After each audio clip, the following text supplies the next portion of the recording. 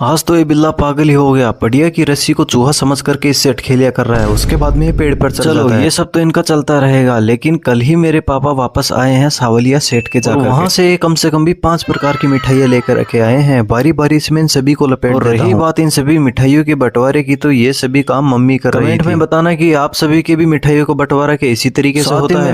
मैं ही चीकू भी भाई सब अपनी सारी की सारी मिठाइयाँ लपेट देता है। मीठा देखने के बाद हमसे रहा ही नहीं जाता। फटाफट से नहा धो करके रेडी हो जाता हूँ, क्योंकि आज मेरे दोस्त को बाजार में कुछ काम था, इसीलिए हम निकल जाते हैं। जहाँ पर काम था उसी के जस्ट पास में यामाहा का शोरूम है, और मेरा दोस्त दोनों ही यहाँ पर आ जाते हैं बाइकें देखने के लिए। और यहाँ पर एक से एक बढ़ करके सुंदर सुंदर बाइक, इसमें से एक तो ये ब्लैक कलर की MT-15 क्या ही लग रही है। तो यहाँ पर टेस्ट ड्राइव, लेकिन फिर भी मैं इनके ऊपर बैठ करके इनका सिटिंग पोस्चर चेक करने लगता हूँ। यहाँ से ये सभी चेक करने के बाद में मैं और मेरा दोस्त दोनों के दोनों निकल जाते हैं यहाँ से मार्केट। जैसे ही हम दोनों यहाँ पर आते हैं तो हमें एक जूस की दुकान दिखाई देती है। यहाँ से हम एक एक पपीता शेक लेते हैं। अब कहीं जाकर के थोड़ा बहुत आराम। यहाँ से पपीता शेक लपेटने के बाद में हम दोनों यहाँ से घर निकल लेते हैं। जैसे ही मैं घर पर पहुंचता हूँ तो मुझे शाम हो जाती है, और चीकू मुझे कहने लगता है कि चाचू आज तो एक भंडारे का प्रोग्राम है। ये चीज मैं कैसे मिस कर सकता हूँ। फटाफट से बाइक उठाता हूँ और निकल जाता हूँ भंडारे की तरफ। इसके कारण में रास्तों की हालत एकदम खराब थी, लेकिन फिर भी कैसे जैसे करके कड़ी मशक्कत करने के बाद मैं फाइनली वहाँ पहुंच जाता हूँ। यहाँ पर पहुंचता हूँ तो पता लगता है लड्डू पूड़ी और खट्टी मीठी कोले की सब्जी थी भाई साहब। देसी घी में यहाँ के भंडारे की आन बान और शान। ये सभी आइटम लपेटने के बाद में मैं यहाँ से घर के लिए निकल देता हूँ। में ये सभी देसी चीजें खाने के बाद में पेट को इतना आराम मिलता है कि क्या ही कहना। मैं मिलता हूँ आपको किसी नेक्स्ट वीडियो में, तब तक के लिए बाय बाय।